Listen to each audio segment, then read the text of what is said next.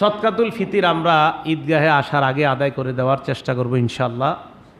মানুষ ঈদগাহের উদ্দেশ্যে বের হওয়ার আগেই দিয়ে দিব। তো সদকাতুল ফিতির বুখারী শরীফের 1504 নম্বর হাদিসে রসুল আকরাম সাল্লাল্লাহু আলাইহি সাল্লামের হাদিস গবেষণা করলে 5টা খাদ্যের কথা পাওয়া যায়। তো 1 নম্বর জব, 2 নম্বর খেজুর, 3 নম্বর পনির, 4 নম্বর কিশমিশ, 5 নম্বর গম।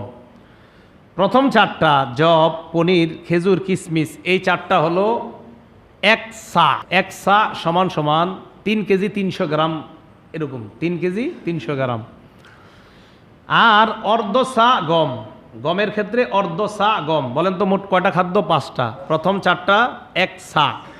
5ম নাম্বার যেটা হলো এটা হলো গম, গমে অর্ধ সা। তো অর্ধ সা কত হয় আপনি বলেন তো? 3 কেজি 300 গ্রাম যদি হয়, তো 3 কেজি 300 গ্রামে অর্ধেক করলে কত হয়? 1 কেজি 650 গ্রাম। তাহলে 1 কেজি 650 গ্রাম হলো আপনার অর্ধ সা গমের হিসাব। এখন আসলে উচিত হলো যাদের সামর্থ্য আছে তারা খেজুর দিয়েই সদকাতুল ফিতর আদায় করা, অথবা খেজুরের মূল্য দিয়ে। এখন যাদের সামর্থ্য আছে উচিত, আমি বলি নাই যে একদম দিতেই হবে এমন না, বললাম উচিত, এবং এটা আহ্বান জানাচ্ছি, এটাই করা উচিত। সামর্থ্য থাকলে ওই আপনার খেজুর, পনির, কিশমিশ, জব এটা দিয়ে দেওয়া, অথবা এটার মূল্য দিয়ে দেওয়া।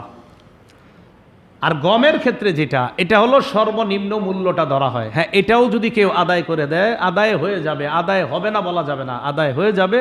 বাকি সামর্থ্যবানদের জন্য যার যত সামর্থ্য সে ওই পরিমাণ ওইভাবে দেওয়া উচিত। এখন যার খেজুর দেওয়ার সামর্থ্য আছে, আপনি গম দিয়ে দিলে আদায় হয়ে যাবে, কিন্তু এটা ঠিক না। আসলে আপনার তো সামর্থ্য খেজুর দিয়ে দেওয়া। আমি কিন্তু একবারও নাজায়েজ বলি নাই, বলছি ঠিক না। তো যারা গম দিয়ে আদায় করে দিবে, আদায় হয়ে যায়। যেমন বর্তমানে ইসলামী ফাউন্ডেশন এটার উপরেই ভিত্তি করে মূল্যটা নির্ধারণ করে, এই গমের উপরেই ভিত্তি করে আপনার মূল্যটা নির্ধারণ করে। এখন আপনারা যারা আদায় করবেন, তো বললাম খেজুর দিয়ে যারা দিবেন, তো মনে রাখবেন 3 কেজি 300 গ্রাম খেজুর, কিশমিশ, পনির, জব এগুলার ক্ষেত্রে ওইভাবে বের করে নেবেন। যদি ওইটা দিতে পারেন ওই পরিমাণ টাকা দিয়ে দিবেন। আর গমের ক্ষেত্রে অর্ধ সা গম, সেটা হয় আপনার 1 কেজি 650 গ্রাম। এই মূল্য হিসাব করে বের করে দেবেন। এখন হাদিসগুলা বেশি বুঝেছে কারা? সাহাবায়ে কেরাম না আমরা? তো এখন সাহাবায়ে কেরাম নবীজির হাদিসের উপর আমলটা বেশি বুঝছে না আমরা বেশি বুঝছি? তো সাহাবায়ে কেরাম বুঝেছে আসলে নবীজি যদিও একটা খাদ্যের নির্ধারণ করছে, কিন্তু মূল উদ্দেশ্য হলো সদকাতুল ফিতির দ্বারা মানুষের প্রয়োজন পুরা করা। এটা হলো মূল উদ্দেশ্য। এখন আমরা মনে করেন 10 জন একজন ফকিরে আমরা সদকাতুল ফিতর খাদ্য দিয়ে দিলাম, ওর ঘর তো খাদ্যে ভরে যাবে পুরা, একদম পুরা ঘরে শুধু খাদ্য আর খাদ্য। অথচ মাকসাদ হলো ওকে এমন কিছু দেওয়া যেটা দিয়ে ওর কিছু কাজ হয়। এখন সত্যি করে বলেন তো, খাদ্যের চেয়ে বর্তমানে কি টাকাটা বেশি কাজ হয় না? টাকা এটা কিন্তু বেশি কাজ হয়। তো সাহাবায়ে কেরাম কি আমল করছে এটা আমরা দেখব। আবু ইসহাক রহমতুল্লাহি আলাইহি বলেন, আমি সাহাবায়ে কেরামের বিশাল এক দল সাহাবাদেরকে পাইছি। আমি সাহাবায়ে কেরামকে দেখেছি তারা খাদ্যের পরিবর্তে খাদ্যের মূল্য দিয়ে সদকাতুল ফিতির আদায় করেছে। সাহাবায়ে কেরামের আমল, তাবিনদের আমল যদি দেখি, তো আমলের মধ্যে দেখা যায় তারা মূল উদ্দেশ্যের দিকে তাকিয়ে খাদ্যের প্রয়োজন হলে খাদ্য দিতেন, মূল্যের প্রয়োজন হলে খাদ্যের মূল্য দিয়ে দিতেন। জাকাতের অর্থ দিয়ে মসজিদ মাদ্রাসা নির্মাণ, মসজিদ মাদ্রাসা যদি কেউ কয় আমার মসজিদ নির্মাণ করব জাকাতের টাকা দেন, মাদ্রাসা নির্মাণ করব জাকাতের টাকা দেন, জায়েজ নেই। কি নাই? জায়েজ নেই। জাকাতের খাত আল্লাহ কোরআনে বলে দিয়েছে, এই খাত ছাড়া অন্য কোথাও জাকাত দেওয়া জায়েজ নাই। হ্যাঁ, এতিমখানা মাদ্রাসা মানে এতিমখানায় দিচ্ছেন, মাদ্রাসা নির্মাণে দেন নাই। ওই এতিমদের বাবদ এটা ব্যয় হবে সেখানে দিচ্ছেন। কথা বুঝে আসছে? তাহলে জাকাত মানে আশ্চর্য লাগে, কোরআনে বলে দেওয়ার পরেও মানে আমার একজন, আমি যারে খুব মানি, উনি বলছে যে আমার প্রতিষ্ঠান করার জন্য জাকাত দাও, বাস আমার হুজুর বলছে তো উনি ঠিক বলছে, এখানে কোরআন বাদ দিয়ে দাও।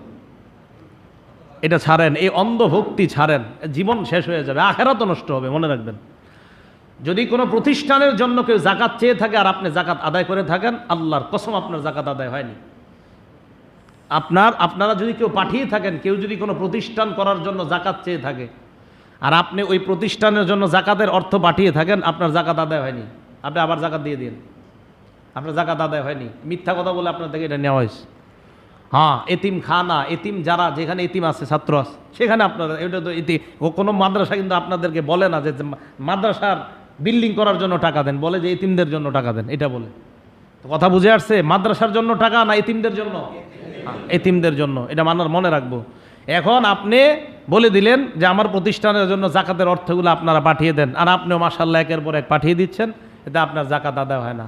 এই জন্য অন্ধভক্তি ছাড়তে হবে, কোরআন সুন্নাহ মানতে হবে, এটা মনে রাখতে হবে।